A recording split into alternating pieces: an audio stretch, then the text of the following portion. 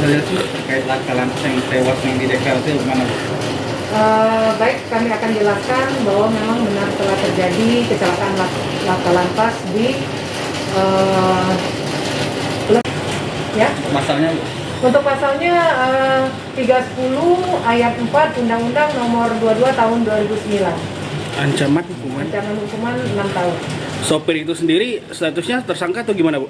Kalau untuk sopir ya masih kita periksa sebagai saksi.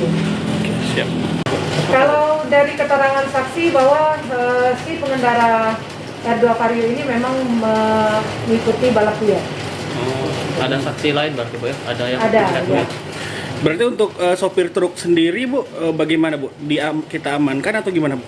Jadi untuk pengendara truk sudah kita amankan untuk kita ambil keterangan. motor sama mobilnya gimana jalannya?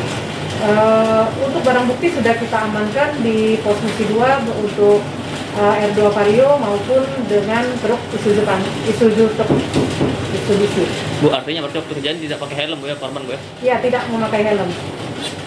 Mas, Baik, kami jelaskan bahwa memang benar telah terjadi laka lantas pada hari Minggu tanggal 26 Desember 2021 sekira pukul 17.30 waktu Indonesia Barat di Jalan Seniman Amri Yahya antara R2 dengan truk Isuzu, yang mana R2 Vario yang datang dari arah Simpang Dekranasda mengarah ke Simpang Pasar Induk.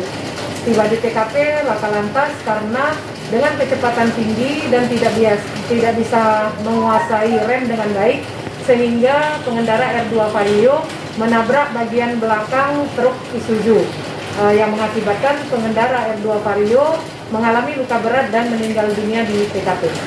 Bu, korban ini apa terlibat dari ini, Bu? Balap liar, Bu? Ya, kalau si pengendara R2 ini merupakan salah satu terlibat balap liar. tapi waktu kejadian dia tuh